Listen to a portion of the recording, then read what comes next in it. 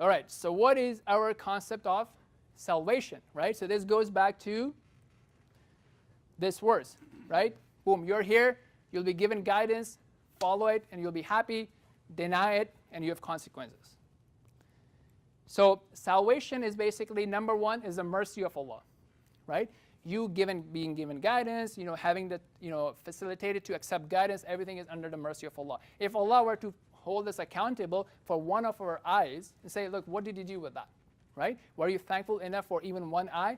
None of us would be able to. That's why eventually success is under the mercy of Allah, and it's not something we earn, but we try to earn.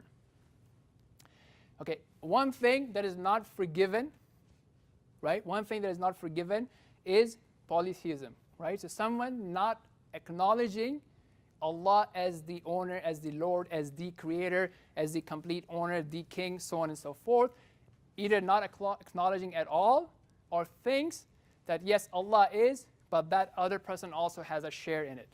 Okay, that is not forgiven. Why? Okay, because it's such a basic thing from the wisdom of Allah that if you don't have it, then you're not from the people of paradise. Right? Just like any other university, any organization, any profession, you have some basic ethics. Right? If you don't have those things, you really cannot belong to that university, you really cannot belong to that profession. Likewise, this is the only thing. Third thing around salvation, everybody is born in a clean state. Right? You do not have any sins that you accumulate until you reach the age of puberty, which is when you're able to make a conscious choice of what to do and what not to do, when you're able to discern and judge and distinguish between good and bad. Other things that clean your sins and your disobediences are true repentance. Did we see an example of true repentance so far? There you go. Okay, so true repentance would clean away your sins regardless of what they are. Patience on painful decrees, right? So you got sick, right? You got harmed, you lost a job, you were emotionally hurt. All these things also cleanse your sins.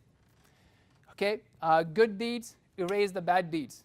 Okay, the concept of that every good deed that you do, Allah multiplies them by 10 times, and each bad deed is counted only once. And yeah, so this is basically the essence of things that cleanse and cause salvation. Okay, so far so good. Any questions? I'm gonna unlock my water. How do you define true repentance?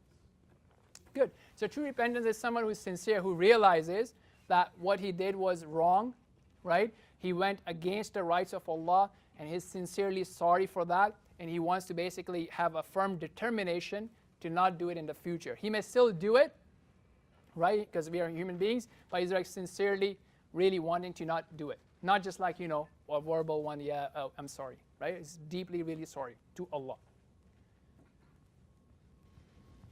Mm-hmm. Earlier when you spoke about Adam eating of the tree, you said he made a mistake, like we all make mistakes. What is that the same thing as committing a sin, or is it different? Yep. And what is a sin? Is it Yes. Is it like a rebelling against Allah's guidance, or is it just a mistake, like how I might trip as a human over right. A root or something like that? Is it different or? Right. So a sin would happen for various reasons, right? So one is a conscious sin, right? Like you knew it and you did it, right?